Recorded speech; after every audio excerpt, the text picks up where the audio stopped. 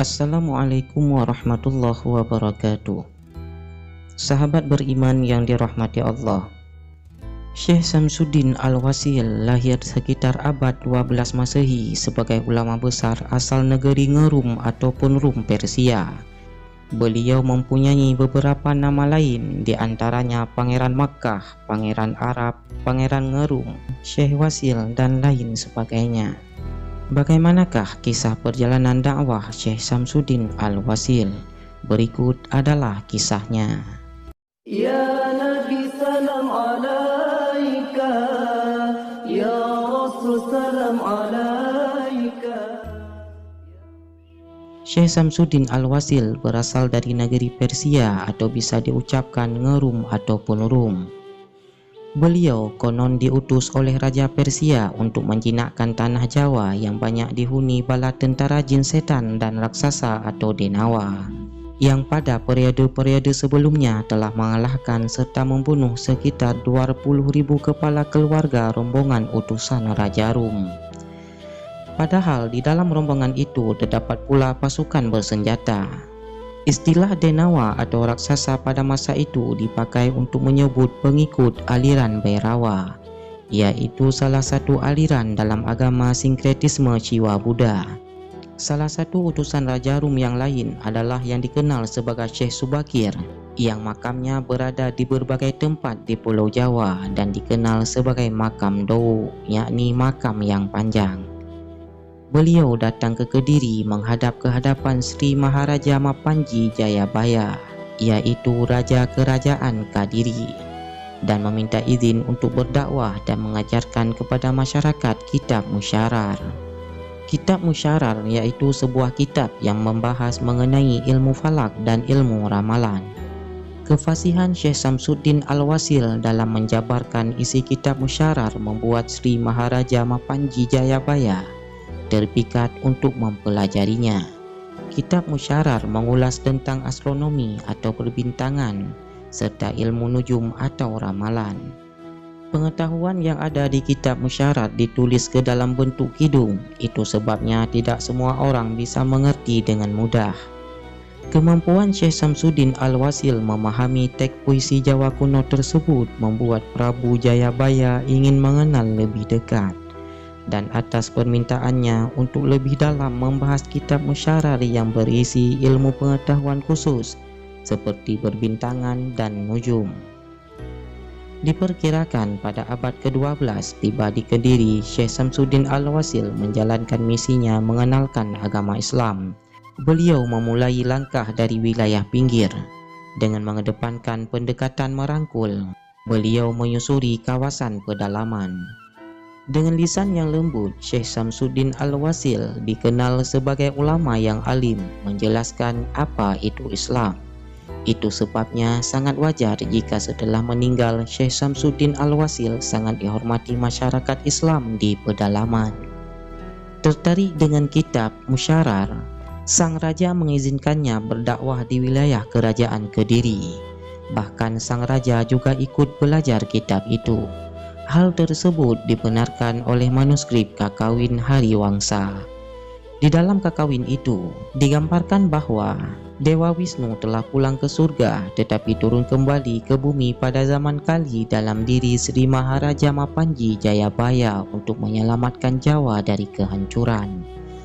Sang raja diyakini sebagai titisan Dewa Wisnu dan dalam tugasnya menyelamatkan Jawa itu, Sri Maharaja Mapanji Jayabaya dibimbing oleh Dewa Agastya yang berwujud Syekh Samsuddin Al-Wasil. Di dalam Kakawin Hariwangsa diceritakan bahwa Pulau Jawa merupakan sebuah pulau yang indah dan megah, masyarakatnya tenteram dan makmur. Nilai-nilai kebijaksanaan dijalankan secara baik oleh rakyat dan pemimpinnya. Sehingga dengan jalinan antara alam subur dan indah dan masyarakat yang damai bersahaja, hampir-hampir Jawa bagaikan pulau impian. Namun lambat laun kehidupan moral masyarakat Jawa bobrok, melenceng jauh dari nilai-nilai kebijaksanaan. Pemimpinnya adalah seorang penindas sehingga rakyatnya tertekan dalam kubangan rasa takut. Kesewenang-wenangan merajalela, alamnya dieksploitasi, kriminalitas di akar rumput tumbuh subur. praktis Pulau Jawa diliputi oleh kegelapan. Lantas para dewa berkumpul di hadapan Hayang Aswi. Mereka sepakat untuk memohon kepada Batara Padmanabha untuk memperbaiki kehidupan masyarakat Jawa yang sudah bobrok, agar cahaya kehidupan kembali menyinari si pulau impian, dan agar cahaya itu menyala selama-lamanya. Permohonan mereka pun dikabulkan. Lalu hiduplah seorang raja bijaksana yang menjadikan kembali kehidupan rakyat Pulau Jawa gilang gemilang. Beliau adalah Sri Jaya I Jayabaya. Dalam memerintah rakyat Jawa, Jayabaya dibimbing oleh Agastya yang suci yang berinkarnasi menjadi pendeta.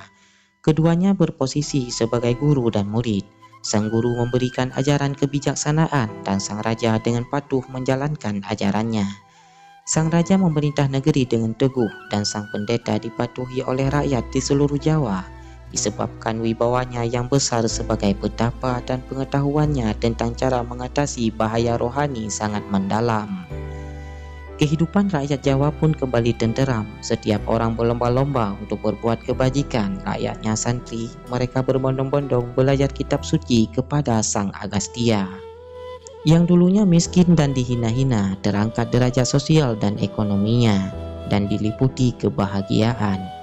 Demikianlah kisah kerajaan Kadiri pada zaman Sri Maharaja Mapanji Jayabaya. Ketika sudah khatam mengaji kitab musyarar kepada Syekh Samsuddin Al-Wasil dan sudah menjadi ahli dalam ilmu nujum, Sri Maharaja Mapanji Jayabaya menulis sebuah catatan yang bertajuk Serat Jangka Jayabaya. Serat itu berisi ramalan tentang eksistensi Nusantara pada masa depan. Kini jika kita mengenal tentang ramalan Jayabaya, maka hal itu berasal dari Serat Jangka Jayabaya. Biksu Pandita sebagian tafsir mengatakan bahwa guru Sri Maharaja Mapanji Jayabaya adalah Mpu Sedah. Namun tafsir yang lain menyatakan bahwa Mpu Sedah adalah guru di bidang sastra.